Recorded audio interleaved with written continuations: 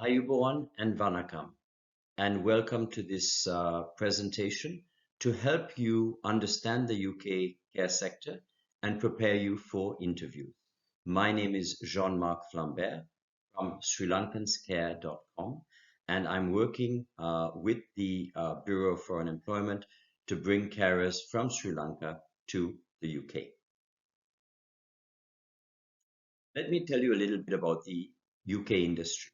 It is very regulated, it's very controlled. The government body is called the Care Quality Commission, or the CQC. Most customers are government funded. Some come from the private sector, so where the customer pays you directly. But I would say 90%, the government pays the agency and the agency pays you.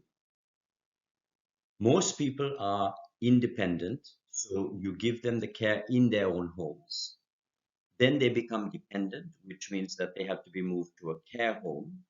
And then they become highly dependent, which means that they have to be in a nursing home where there's nurses. But all the medical support, all the doctors, all the hospitals are free in Sri Lanka, in the UK. So that is provided by the NHS, not by the private care home. Now, the way it works in the home care, and this is where most of the jobs are, is that each council or local authority awards care agencies a contract of work. To give you an example of this, let's look at Devila Mount Lavinia. Devila Mount Lavinia has the local council in Sri Lanka, in Colombo. And so they will award 2 or 3 care companies in the Devila Mount Lavinia area to look after the customers there. Typically, the government or the council pays for 1 hour of care 2 or 3 times a day, 7 days a week. So you don't live in the person's house, you only go into the house for 1 hour, 2 or 3 times a day. The reason for this is that it's cheaper to provide care to the customers when the customers are staying in their own homes rather than putting them in a care home. So you will work for the care agency or the care company, and the care agency or company is paid for by the government. So when you're working in a customer's house, you have a triangle relationship. You are working for the care agency. The care agency is paid for by the government, and the customer is asking you for what services they want. But all of that is managed by the care agency.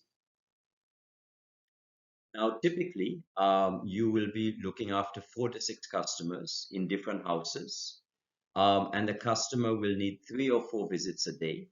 And the morning wake up is 7 to 10, the lunchtime is 12 to 2, tea is 4 to 6, and what they call tea is also dinner. In the UK, we say tea is dinner time. Put to bed is the bedtime. So if you're working the morning shift, you will be visiting 4 to 6 hours, 6 to 2. Or in the afternoon, 4 to 10. Or if you're doing the weekend shift, you'll be working the whole day, 6 in the morning till 10 at night, but only about 8 or 10 hours. So you'll have some gaps in between. If you're lucky, you get a care home, but there's a lot less jobs in care homes. And I say if you're lucky because care home means you don't have to do as much walking between the different places. In care, there are certain types of care. Number one is personal care, where you do the bathing, the dressing, medical management, making sure that they're taking their medicines. The second part is the domestic care, cleaning, tidying, and cooking. And sometimes you will also be asked to do companionship, which is talking to them or supporting them to go to the supermarket or to the hairdresser. But those are the main care that you will be asked to provide. As a carer, the person who's going to interview you is looking for a few things. They want you to be mentally tough. It's a tough job. You have loads of pressure. The children of the patient has lots of things they want you to do. The patient might be losing their memory and they may be unhappy and they don't like you caring for them.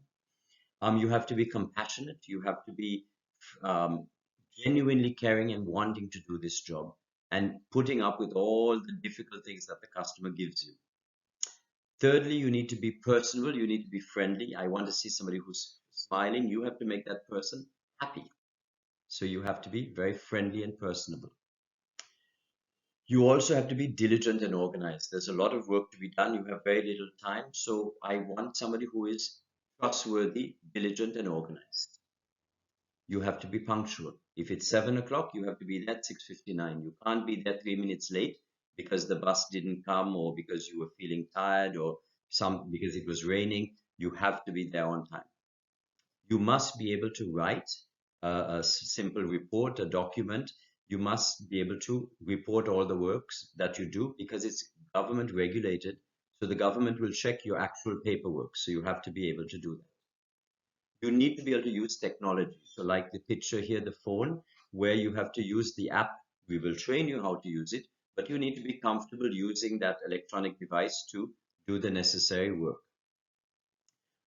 You must have experience in care, at least 1 or 2 years working in a care home with older people, maybe working overseas or at least in a hospital in Sri Lanka. And you must have an educational qualification in care. Without the experience and without the education, even though you meet all the other criteria, the government of UK won't give you the visa. You must be ready to work 10 hours on your feet. Sometimes you'll be walking 3, 4 hours a day. So you have to be fit and you have to be ready for that, even when it's raining, when it's snowing, 6 o'clock in the morning, it's dark, 8 o'clock in the evening, it's dark, and you have to be willing to walk in the dark to do the work. And those who have a driving license and who have actually driven a lot in Sri Lanka, they will get preference because we need people with driving license.